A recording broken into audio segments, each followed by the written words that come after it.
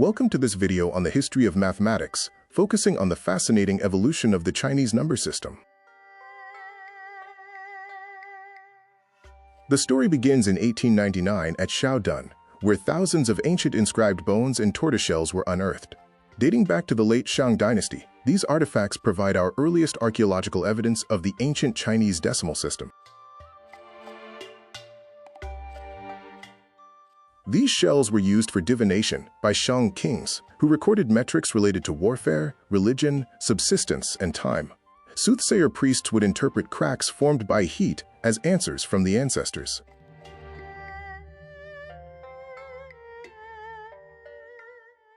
This was the era of oracular numerals. This base 10 system was both multiplicative and additive, with symbols representing numbers up to thousands. Notably, the symbol for 10,000 was represented by a scorpion.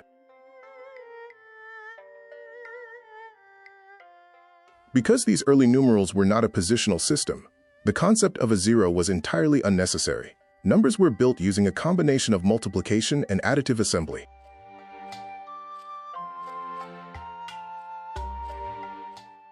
How did these symbols originate? There are two main theories. One suggests they were phonetic, sounding like common nouns, while the other proposes they were derived from physical counting of body parts or religious observations.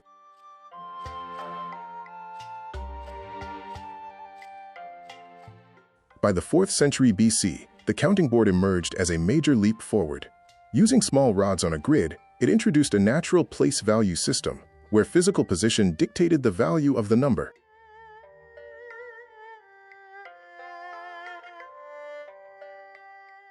To avoid ambiguity with rod placement, the Chinese developed a rhythmic system of alternating forms. Units were placed vertically, tens horizontally, and hundreds back to vertical, making complex numbers instantly readable.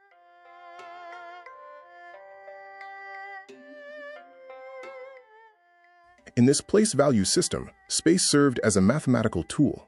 A blank square clearly indicated 0, and the alternating forms of the surrounding numbers helped ensure that the empty space was never misread.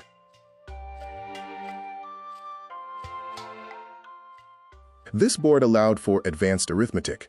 Physically shifting rods enabled multiplication and division by powers of 10, and eventually evolved into the quote-unquote efficient array method for solving complex algebraic equations.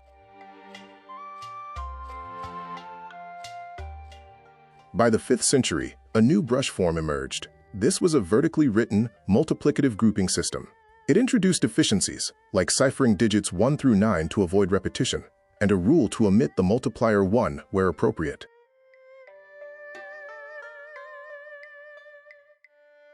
The final major technological leap was the abacus, appearing around the 14th century. It transformed static rods into dynamic beads, prioritizing speed for merchants who needed to perform high-volume commerce calculations. The mechanics of the abacus are quite clever.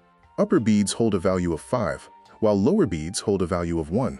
The capacity to hold 15 beads on a single wire allowed for storing intermediate carries during complex calculations.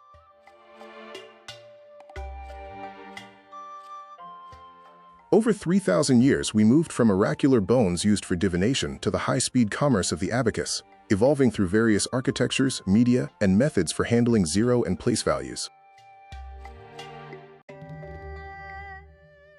Thank you for joining us to explore this journey. The architecture of modern mathematics was truly built one rod, brushstroke, and bead at a time.